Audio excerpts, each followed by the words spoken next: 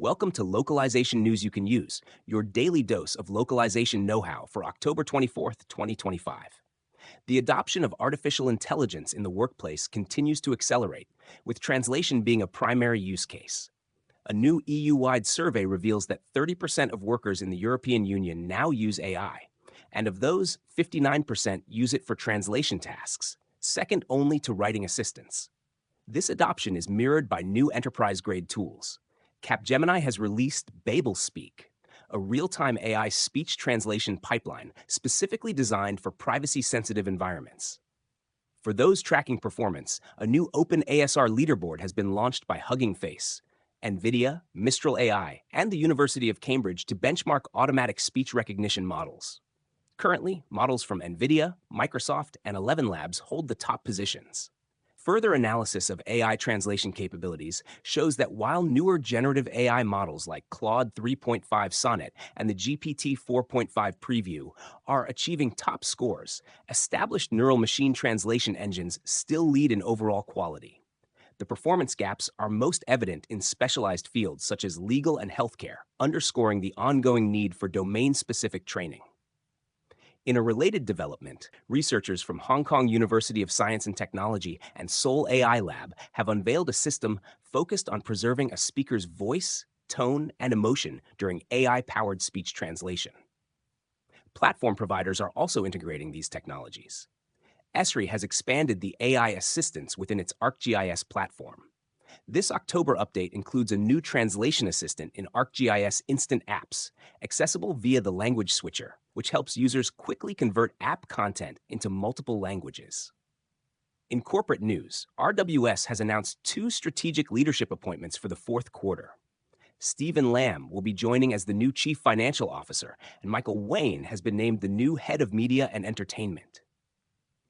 In hiring trends, AI company Perplexity is actively seeking a localization program manager. This move is notable as it follows a similar hiring push by OpenAI, indicating that as AI companies scale globally, they are building out their internal localization teams. This trend aligns with new market reports projecting steady growth for the translation and localization services market and significant growth for the software localization tools market through 2032. Turning to localization strategy and practice, the rise of short-form microdramas is having a major impact on global marketing. Heidi Liu, executive producer at LightX Studios, noted that Chinese-produced short dramas captured over 80% of the overseas market share in 2023. She attributes her studio's success, with top U.S. productions surpassing 30 million downloads and $10 million in revenue, to a meticulous localization strategy, which included producing 103 distinct English-language versions specifically for the Los Angeles market. In a different strategic context, Aditya Ema, managing director of AnyMind Group, discussed the company's expansion from Southeast Asia into the Middle East. He emphasized that the MENA region should be treated as a mosaic, not a monolith, as markets like the UAE and Saudi Arabia are vastly different.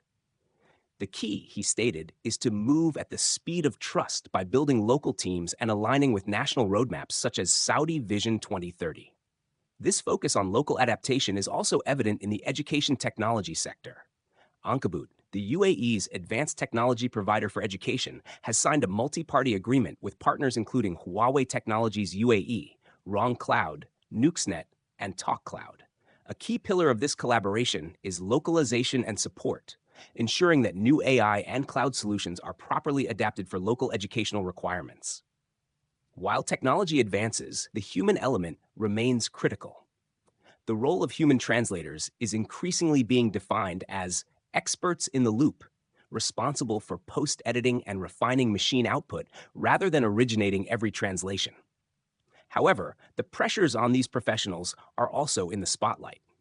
Reports indicate that many accredited interpreters for the Canadian Parliament are considering quitting their work due to new proposed procurement rules and working conditions. Thank you for listening to this episode of Localization News You Can Use, your daily dose of localization know-how.